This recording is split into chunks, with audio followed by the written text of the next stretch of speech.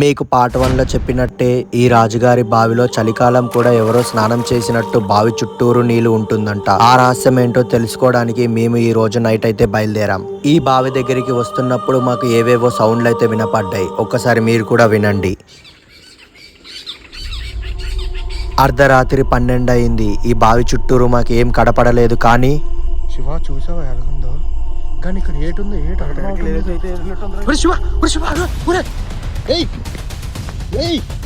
Sudden గా మా friend అలా ఎందుకు పారిపోతున్నాడో నాకు అస్సలు అర్థం కాలే. ఇంకా ఆపి ఏమైందిరా అని అడగగా అక్కడ ఏదో నీడని చూశాన్రా అని చెప్పాడు. అక్కడ ఏమీ లేదురా అని చెప్పి నేను మా ఫ్రెండ్ మళ్ళీ బావి దగ్గరికి అయితే తెచ్చా. ఆ గోర అక్కడే కనిపిస్తుందని చూపెట్టాడు. సరే వెళ్దామని చెప్పి నేను కూడా మా ఫ్రెండ్ తో బయలుదేరా. అక్కడ చున్నీ తప్ప ఏమీ లేదు. మేము ఆ బావి దగ్గర ఎంతసేపు ఉన్నా ఎవరు వచ్చినట్టు కానీ వెళ్ళినట్టు కానీ ఏమీ అనిపించలేదు. మీరు అయితే మన ఛానల్ని సబ్స్క్రైబ్ చేయండి.